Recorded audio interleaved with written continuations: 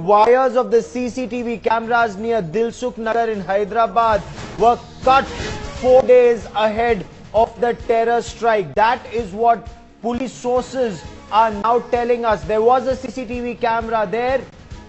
You can see pictures of the NIA team at the blast site. They looked at the CCTV camera, but sources are telling headlines today, just 4 days before this blast, the wires to that CCTV camera were cut.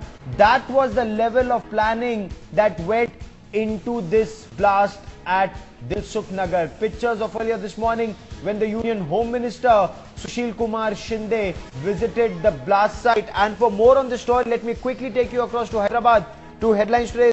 Maharukh Inayat, who joins us for more. Maharukh, CCTV cameras were in place, but the wires were cut off, and this points to something far more sinister. The terrorists had really planned their operation very well.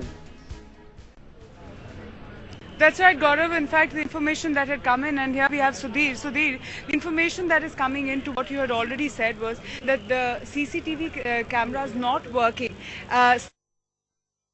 The wires had been cut 4 days ago. So clearly a lot of careful planning has gone into executing these two blasts.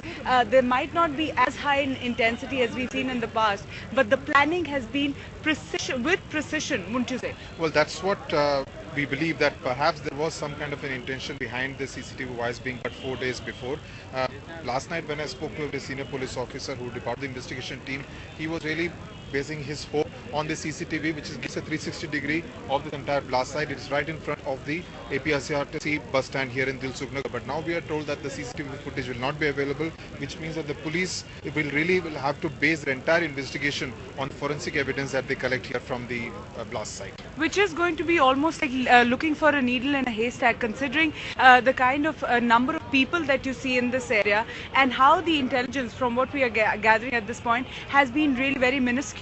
Absolutely. In fact, yesterday the biggest challenge for the police here was to keep this area sterile, given the kind of crowds which have been milling here, both anxious and curious onlookers, people who want to come here, people who were not sure about the whereabouts of the near and dear ones, since the cell phone lines were actually jammed for almost 2 hours after the twin blast. So given that it was extremely difficult to keep this area sterile, a lot of forensic evidence may actually have been lost in the process, and NIA team, which has been working since last night here, will really have to work very hard to ensure that they get the maximum forensic evidence with which they can actually piece together this entire jigsaw puzzle. Right. Sudhir, they're indicating about the CCTV camera footage, which has been perhaps lost, and because of that, a crucial link and crucial proof that we could have got maybe now be lost forever.